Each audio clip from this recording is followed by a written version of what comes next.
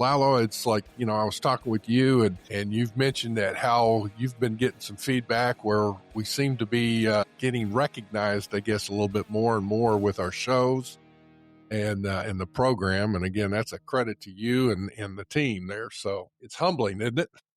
It is. And actually just my comment was more related towards the fact that, and when we go to conferences or live events, that's when you tend to find out if the show is actually even being heard or seen. So, good news is that it is. We were last week, Global Training Center exhibited at the ATC, the Advanced Topics in Customs Compliance, which is put on by De Leon Trade with Cindy and her husband Guillermo. And it's in Houston every year. There'll be details on the show notes if y'all want to do that. But we had a giveaway, and it was very humbling, And I said, I went up there and I was being silly, saying Global Training Center, this is a giveaway, etc. It says, by the way, we're also the team that puts on the Simply Ray podcast, which is surely your favorite podcast, and we got lots of claps. So there was a room full of people. So I'm hoping that was evidence that people do listen to this. And plus, when we were networking, people were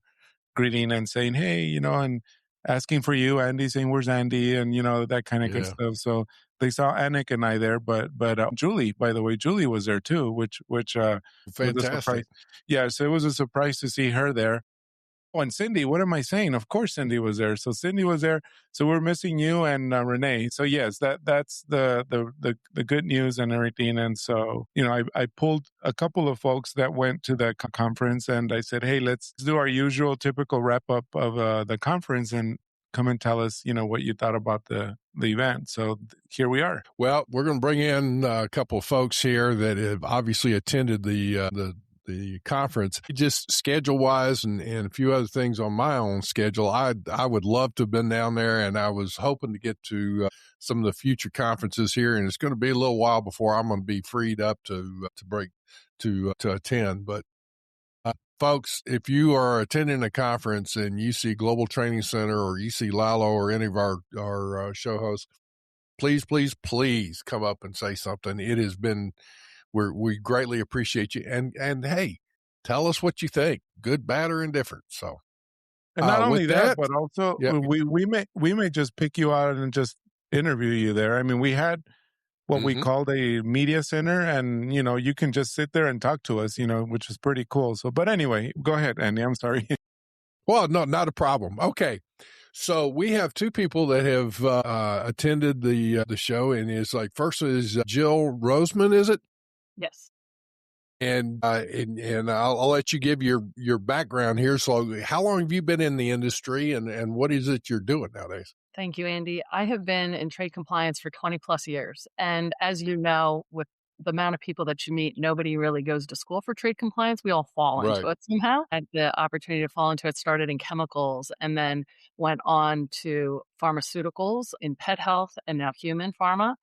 And so really have had a really great experience from everything from building import programs, export control programs, also have done some lobbying, some trade policy work, merger acquisition and divestiture work, and now just manage globally and just really like to build programs and grow people. So that's fantastic. Well, welcome to the show. Thank you so much. And then next we have a good friend of ours. She's been on the show several times. Darie, you're out in California, so it's I always say Darie, and I've heard others say Darie, and I don't think I've ever asked you, is it Darie or Darie? No, it's Darie, like I like to say, the Dairy Queen. Yeah, there you go. Okay. Sounds good to me. So Darie Achstein, and you've added a Conway there on the end there. So she's always had it. The deal? Just never paid attention. I don't think anyone's ever paid attention to that. I've had that for almost 30 years. I've been married to the same man all these years, and I don't know. All of a sudden, Conway appeared.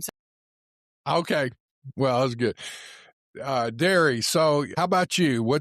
Tell folks? I mean, you've been around since dirt, like myself. So, feeling the love. I like I said, Andy, I've known you. I feel like since 1892, when logistics was actually the Pony Express, right?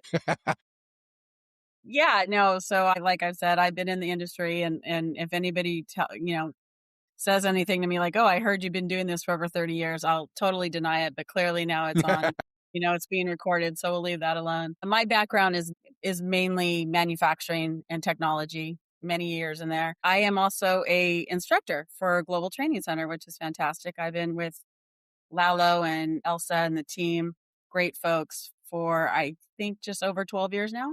Yes. I think that's what that's been. It's fantastic. I love teaching, and I love what Jill said. This is not an area that, in 8th grade when they have professional day, like, oh, I think I'll go be in global trade and compliance. Like, like most of us, we kind of fell into it, right? I fell into it in, I think it was my sophomore or freshman year in college, just because I was the receptionist that signed the FedEx forms, and they were like, okay, here, we're going to teach you how to do imports. And, clearly that was quite some time ago. So like Jill, I come from a varied background of not just imports, a lot of exports, an emphasis in export licensing, mainly on the encryption side. And so here I am, and I'm thrilled to have been asked to be a part of this. So thank you for that. Well, fantastic. With that, I guess in looking at it, was there at the ATCC conference, was there anything that just initially your overall impression of what you were challenged with there at the conference? Are you asking me directly? Either one of you. We're probably going to have the same answer. Well, no, I don't know. I don't know, Jill, but this was my first time attending ATCC, and I've known Cindy and her team for several years, through industry and just through reputation. And I haven't been too blessed the last couple of years to go to some conferences just because of, work conflicts, etc. And so when the conference opened up, late last year, whenever that was, summertime, I really thought, I'm going to make a concerted effort to go this year. And I had been telling Cindy for some time that I had really wanted to come. And let me tell you, phenomenal. Was worth top notch every penny. The facility was incredible. The topics were incredible. The speakers top notch. I mean, like I said, I hadn't been to a conference in some time, and I really feel like I've done a disservice to myself because I haven't been out there, working with the industry and really, kind of doing that network. We really lost that during COVID, very sadly, that kind of one-on-one. And so to be able to be there back in person was everything. So I can't say enough about it. I will definitely be going back. Yeah, last year was my first year, and definitely came back this year, and could not wait to hear everything about Trump 2.0. That's how this administration was referenced, and I absolutely loved it. 2019, Trump 1.0, Trump 2.0 right now. And so just great to understand, what the trade is doing in industry, also to network with people, just to find out how people are handling the trade war. I think that is the hottest topic in trade going right now. And what is your mitigating process? And as most of us know, the only mitigating opportunity is first sale for export. And so everybody's dying to know about that. And that presentation was excellent. And also they had a lot on the Section 232 and just Trump overall and the administration and the trade war and what the last year looked like. Again, the sessions were excellent. And I walked away thinking there's a lot going on in trade. What this has allowed is trade compliance always kind of sat in the corner, and people really didn't know what trade compliance was. And now everybody is interested. Everybody, CEO, throughout the entire. And so I think that's been the best opportunity for the whole thing. And if I may piggyback off of that, like, you're so spot on, Jill. I couldn't put it more beautifully than you have. I mean, it's, thank you. Again, being in this industry for, more years than sometimes I care to admit out loud, coming into this industry so green and so young, trying to explain to folks what we do for a living. I mean, even like 10 years ago, I would go to a dinner party and start trying to explain to people I do imports and exports. And you could see the drool coming out of the side of their mouth, like, oh my God, that just sounds so fun. And then it was like, switch to my husband, like, oh, what does he do? He works for the fire department for LAFD. I was like, oh, okay, well, let's hear what he does, But to your point, especially with the onset of COVID, and then you have, all these changes currently politically wise and global and so forth. I feel like, especially if you're a young person coming into this industry, what a fantastic time to come in, because it's really such a recognized industry now. I mean, it's a blessing, if you really would, very humbling that I had shared with Cindy and her team, to really see these professionals coming together, what they had to share. And also to add to the vast majority of topics that they cover as well at this conference.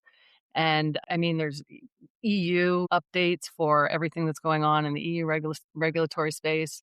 Also, there's one of our outside counsel teams, they do sessions in Spanish and talk about Mexico. And, I mean, it's like whatever you're looking for, to your point, Darie, is everybody, I think, walks away with new knowledge, new people to talk to, new people to lean on, new people to benchmark with. I mean, it really is just a great, great conference. Yeah. And that's the one thing too, is that with whatever your companies are, it's like, you stop and think for a second. It is overwhelming. There's so much going on. And so in looking at that with new people coming in, it's always one of those, hey, don't try and learn everything. Yeah. What is your company? What is the niche that you need to look at? And even if it's a global company or a lot of different, pick a lane segment that you need to become proficient in as far as your knowledge base. Delegate it out to your team if you've got one in there or whatever, but focus on those trade agreements or that lane, those countries in or out, so that you can become proficient. And you got to let the rest of it go, because there's no way anybody who's even been in the industry for decades is going to get it all. So you have to pick what your I guess your expertise is, right? And when you're going with your colleagues from your company, split up. Everybody take a different track and compare notes. And the format of the conference is excellent. The app, they use this app, and you can download the presentations, and then you can ask your questions within the app, and they address all the questions. And if not, they address them afterwards. And you really do. Cindy, I can't say it enough. It's probably one of the best conferences out there. There's a lot of good ones, but this is probably one of the best. And fun too. It's fun. That's the other thing I was going to say. There's some long days when you're talking about these topics, and it's like, just when you think you're like, okay, I'm done, then there's like this great dinner event, and then the networking event. I mean, to see everybody all dressed up for the 007 theme, which I thought was so cool. If I could go back really quick to what Andy was saying, though, I really appreciate, Andy. One of the things I always like to in my instruction when I'm working as, teaching the foundation, if you would, of export or import. One thing I like to make sure that I tell folks is, give yourself some grace, especially when you're representing these companies. You as an employee of your company know so much more than what you think you do, right? You're learning the foundation of import and export, but you're really the teacher, if you would, of the companies that you come from, because you know the product lines, right? You understand what the end use is. You understand what the materials are. So I kind of throw that in there, in the fact that it was just so interesting talking to such a variety of folks at this conference that come from such a wide range of industry. And I really did miss that camaraderie. After the conference, I kind of like walked away going, gosh, after all these years, man, I thought I knew so much. And then you start talking to people like, this is, it really reminds you that you have to keep up. And so when you're talking to folks like Jill, in the world that you play in, or I was talking to folks from, some of the textile companies and so forth, and just how we have our own challenges and our own interests depending on the industry for which we represent. But I think the ironic part about it all is that fundamentally we all have the same questions, right? What's next? What ball is going to drop next? Like, no, what do I need to be up to date with now? And as you know, I mean, that to me is, and again, talking about the younger people coming in, I get so excited and I get so passionate about this field. And one of the main reasons is, and I'm sure you can attest to this as well, is the fact that it's constantly changing. Our days are never the same. We wake up and go, what's going to happen today? And then, like you said, we are the experts in the companies that we work for, and people lean on us and they expect us to have the answers. Even in the sanction space, there's just so many great areas and so much knowledge that we really do need to have in this field. And then to be that mentor to the people that are coming up in the field. I get so excited. I try to catch people when they're in college and I'm like, did you ever hear of trade compliance? And they're like, okay. So, we just get a little bit really, really passionate. Sorry, but we do. No, we Well, do. And I apologize, Andy. I feel like whenever I do go to a conference, my husband jokingly would say, is this like the prom for you? Like, is this the trade prom? And it's like, I kind of get stupid and giddy and like I'm packed a week early. I'm like, I can't wait to go and see people that know what I'm talking about. Your James Bond dress that you're going to wear? It is my. Yeah, there you go. Right. I'm sorry, Andy. Well, no, I was just going to say, though, in trying to piggyback off of what you're saying, is one of the things I think is also important, especially for such advanced topics. Most of those kind of folks that are attending are going to be more seasoned, more, experienced, because you're getting into some very detail heavy topics. But would you also say that in going to those, are you recommending people then to, come back and put together a communique to your upper management? Here, the top 3 things or top 5 things is a takeaway from this that's going on right now. Here's what the trends are or whatever. But being able to communicate, taking the complex and simplifying it and translating it into terms that your senior executives, not that they're stupid, it's just that's not their bailiwick, is like translating it into terms that they can understand and say, hey, we need to be doing these things or whatever. What do you recommend as far as communicating to the upper management based on what you had learned? And I think you hit it right on the head. It's translating the lingo of trade into layman's terms of what people are going to understand. And I think the trade war, Darie, you can probably attest to this as well. But the trade war is where, we're talking stacking tariffs and Section 232 and Section 301. And people are scratching their head going, what does this mean? And also people hear things on the news and right away panic and say, I heard this on the news. And that's just not the case when it comes to the trade war. And, I just focus on that because that is the hottest topic in senior leadership today. And, you just have to you have to just put out the fire and, just really help them understand process and, the way an executive order works and what tariffs actually mean and what these different trade war tariffs represent. Side of the conference, what I find interesting in kind of, I don't want to call it a trend, if you would, but I think it's more of awareness. These classes that I teach through GTC, I've had folks more so at the director level and above that have been taking some of these classes because, quite candidly, they need to know. I had a very interesting call, and I won't bore you with details, but probably professionally one of the most interesting calls I've ever had with a gentleman who I'd worked with off and on for many years. And he's, at the VP level, and he called and he said, all those years that I worked with you, we talked about tariffs and we talked about this. Explain it to me.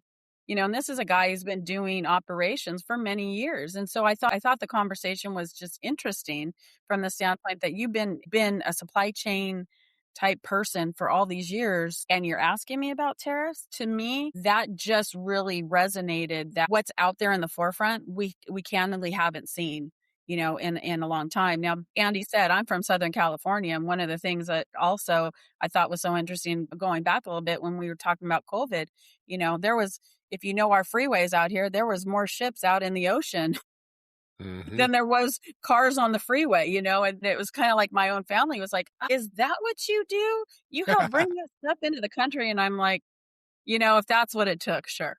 See all the ships out there. We help bring all that stuff in. Now, if you want to get a little more complex, there's a lot more to it. But you know what? I'll take what I can get at this point, Yeah, go ahead, please, Jill. No, I was just going to say, I was just asked by head legal in my company to do a global presentation on trade compliance and really what it is now that there's attention drawn to it because people just don't know. People don't know everything that we're responsible for. You say border crossing, but what does that mean and what all goes into that?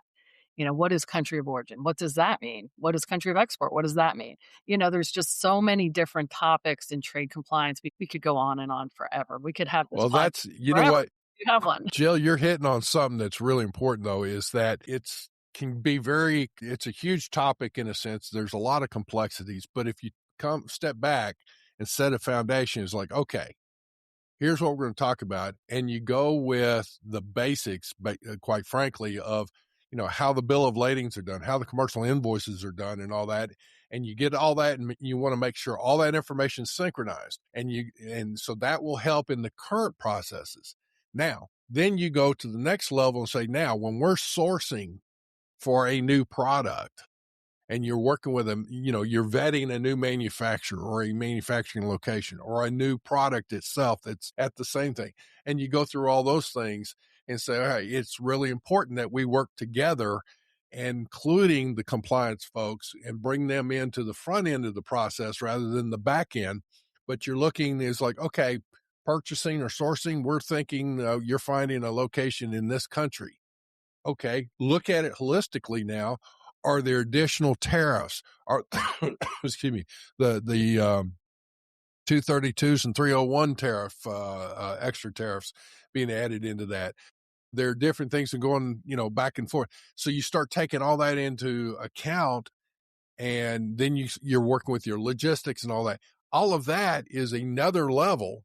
And then you start looking at ultimately the top with the strategic planning, where's the executive levels, where are they taking the company?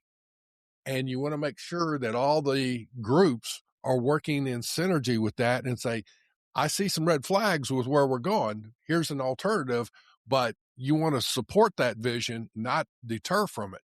What do you think about that when you're talking about explaining what you do and where it's all going? Is that somewhat of a good outline with here's our current process, here's now what we need to do to ensure that we're vetting things properly for tariffs, and then the third level is participating in the strategic planning?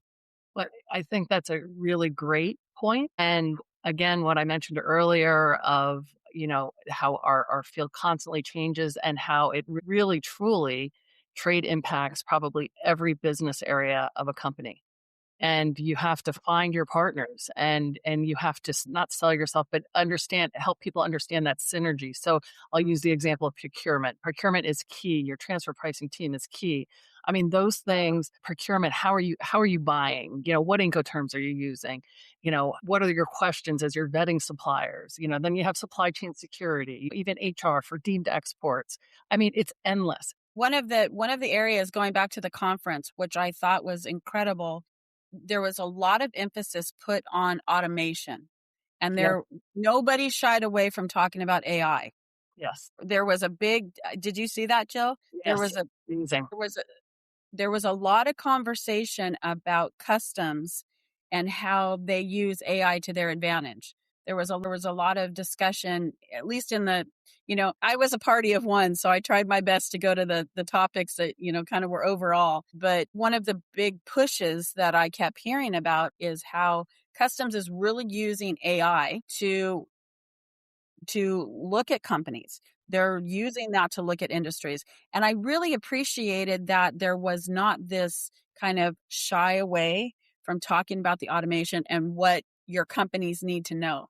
There were a handful of comments I heard that basically went back to, look, if you're not using AI and your company's not using automation and your brokers are not up to date on their automation, or your carriers for that matter, or the partners that you're dealing with, whether it's a 3PL, name your poison. You mentioned the border crossing, right? Folks that you're working at the borders that are representing you. If they're not up to date, you're really doing yourself a disservice. I thought that was incredibly telling about how far we've come. Because again, as I mentioned, it's been a little while since I've been to a few conferences, but I've never, in all the years going to these conferences, have heard such a push for automation and to really make sure that your companies are up to date and they understand what AI has to bring. And I love, Jill, and this is something I always try and advocate, especially when teaching, is that, this really is a niche. Let's be very candid about it. We have a niche. very blessed to have this niche. But it's one of the few areas in corporate, in my experience within the corporate structure that I've worked in, where I've had a position where I touch every part of the company, whether it be legal, finance, quality, down to the logistics folks. Bless their hearts. I'm always telling them, we can do all this fancy stuff, but if you can't get it out the door, your revenue is not going to happen, kind of thing. Everybody plays an important part. So absolutely concur with that. Yeah. And back to just add a little something to your AI. Not only is it fascinating on what AI can do, and everybody wants to hop on the AI bandwagon, but also, there's a word of caution when it comes to customs compliance that, you do have to verify.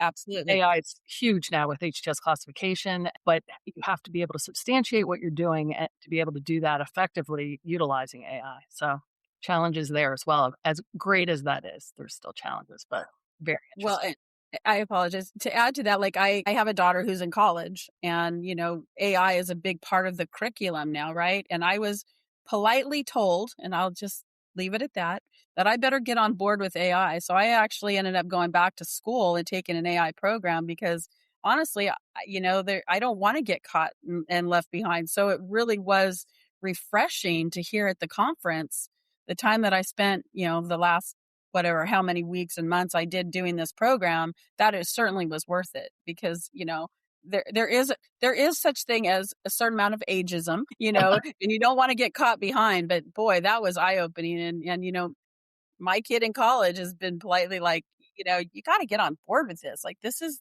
happening. Don't get caught left behind. Yes. Before we go, I wanted, because we're running out of time, I wanted to ask you about the other part of the conference that I felt was very impactful was the policy part. We had a keynote speaker. Did y'all attend that? Yes. Yes. Okay. So we had a former Mexican ambassador to the U.S., Bárcena, as our keynote speaker. And I mean, it was amazing. I thought, I really don't attend the sessions because I'm always working. I'm working the media, we're recording, we're just very busy, and I attend very few sessions. But this one, of course, I attended because it was during lunch as well. But what had a very big impact on me because of the way that people may not know what's going on in Mexico. It was very striking to me how she said that 70% of the Mexican Constitution has been changed. 70%. But I really liked her point of view also on USMCA. I just kind of want to get your feelings and your thoughts on that keynote. Yeah. First of all, we never really like when they're going to redo any free trade agreement because that just means requalifying all of our products from scratch. But, and I did listen to that, and I'm not going to I don't really have much to say about that. I have more to say about just how she was talking about Mexico and the U.S. Yes. And probably the thing that I was most shocked about, I did not realize, and I hope I understood this correctly. And we did have a conversation afterwards, a group of us, when she was talking about how in the Trump administration, the cartel is viewed upon as terrorists. Yes. And I almost started to get a feeling of a forced labor act coming from Mexico into the U.S., proving that your manufacturing was not utilizing any way, shape, or form of anything cartel related. That, how would you ever do that? And I don't know if you had any of that feel from what she was saying about that, but I was not aware. I truly was not aware. Well, no, I was just going to say, first of all, to go to a conference and to have somebody to her caliber. Exactly. I mean, phenomenal. I mean, hands down, drop the mic, period after the sentence. I mean, she was so incredibly well-spoken. Yes. And so elegant in the way that she came across. It was really well done. And I appreciated how poignant she was, right? She was very, very on point, very structured with what she had to say. And what I really like too is that the way, De Leon trade partners, I like the way that they did the presentation. The fact that it was during like lunchtime, but they didn't serve lunch. I love that. Yes. When she was speaking, because, you didn't want to hear people clinging their glasses or hitting their forks and, people whispering among each other. I mean, you were really there to listen to what she had to say. And I also thought that the professor from Rice, forgive me, I don't remember his name, but that kind of that question and answer that they had towards the end, I thought that was Professor really... Tony Payan, that's who it was from Rice University. Yes, fantastic. And I really liked the presentation. But to kind of sum it up, the caliber of her being there and her thoughts and what she had to say and the pure honesty that came across with it, I really appreciated that. And it was, in light of what's going on with the industry and so forth, it's just so refreshing to have these open conversations. That was my hands down favorite part about this conference, was that there was a lot of honesty, tons of transparency, and a lot of tough conversations, really, just, having with folks and so forth. And then you kind of come home and it's kind of like such a letdown, like Cinderella, she lost her slipper at the at the prince's house, and now it's like, I'm back on my island. Who am I going to tell? So I appreciate the podcast. I could talk about this stuff all day long. Hey, Jill, what are you doing later? I'll give you a call. Yeah, give me a call later. Well, it sounds like the networking, though, is another thing. One of the key things of any conference you go to, the people that you meet and network with, and it expands your sphere of influence, if you will, of being able to reach out to somebody that may be in the same industry, having the same problem, or you've got an issue and now you've got somebody else you can call and say, hey, how did you handle it? Or do you have any recommendations? That is so key in addition to the topics that you're looking at. Absolutely. Couldn't agree more. 100%.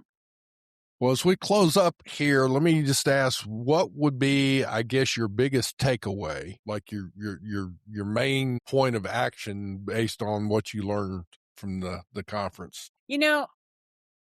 I was humbled. Mm-hmm. I don't know any other way to say that, because it really, kind of, I'm 4'10" if Lalo and Andy know, and I stand on my soapbox sometimes pretending I'm 5 foot and like, oh yeah, I've been doing this for more years.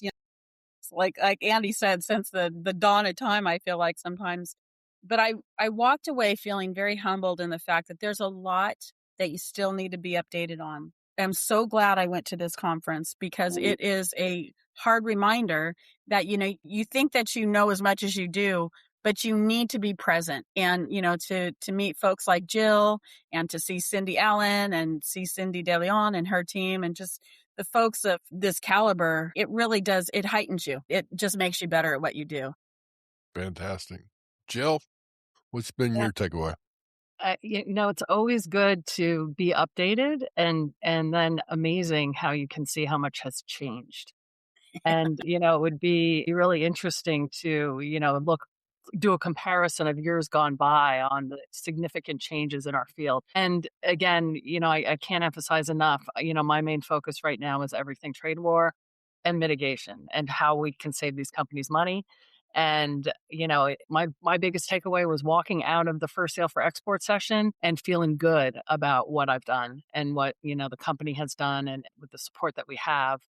And then other than that, same with Darie, it's just the people and just knowing and having a resource to be able to continue to see what's going on in the industry. And then you really kind of benchmark yourself against that. And then those connections. And that's another one of the things that I love so much about this field is you meet these people and they become your friends, and the people that you can just call and say, hey, what do you think about this? Or how did you do this? And it's just, it's so complex. Some of our topics are so incredibly complex. And so it just becomes so helpful just to be able to have that opportunity. My last thought, one of the eye-opening areas, I would say, and Jill, please, I'd love to know your thought real quick, from folks that you talk to, right? Like I jokingly said, I was a party of one, but I'm telling you, I met so many people that came with several members of their compliance teams, which I think is telling. And to what Jill said earlier, right? Like if you've got 3 or 4 people from your team that comes, split up. You go to USMCA, you go to 232, you go to First Cell, whatever it may be.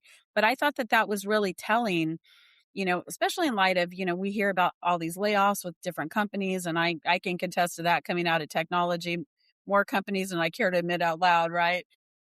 But there were large groups of compliance teams that were there, and I personally had not seen that in a long time. So I thought that really says a lot how much emphasis is really involved in the global trade and compliance, right? There's different forms of compliance, but the fact that, you had everybody from like the VP level down to an analyst, that says a lot, because not a lot of companies want to let their trade people, if there's 10 people in there and 7 people go, they're very weary about doing that. But there was a lot of that, and I thought that was incredible. Yep, I agree 100%. It just was absolutely changing. So we, as a podcast, we were able to record, I think, something like 13, 14 different interviews. Excellent. And we handed those over to Cindy so that she can use however she wants. So keep checking her website, the ATCC website. Keep checking the De Leon website, because very likely she'll be posting those.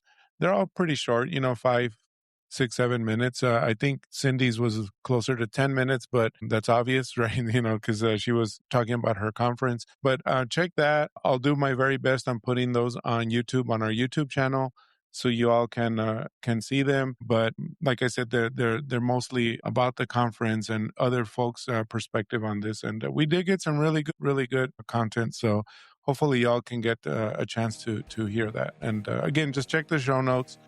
You'll find some nuggets there on where to go to and watch and listen. So, but yeah, that was it. Excellent. Well, folks, I appreciate y'all being on our show. And to our listeners, again, if you haven't subscribed to us, please do so. Like us, share us, make comments, and pass the word around. But we greatly appreciate your listenership. And to that, folks, have a great day. Thank you. Thank you, lady. Bye-bye. Bye.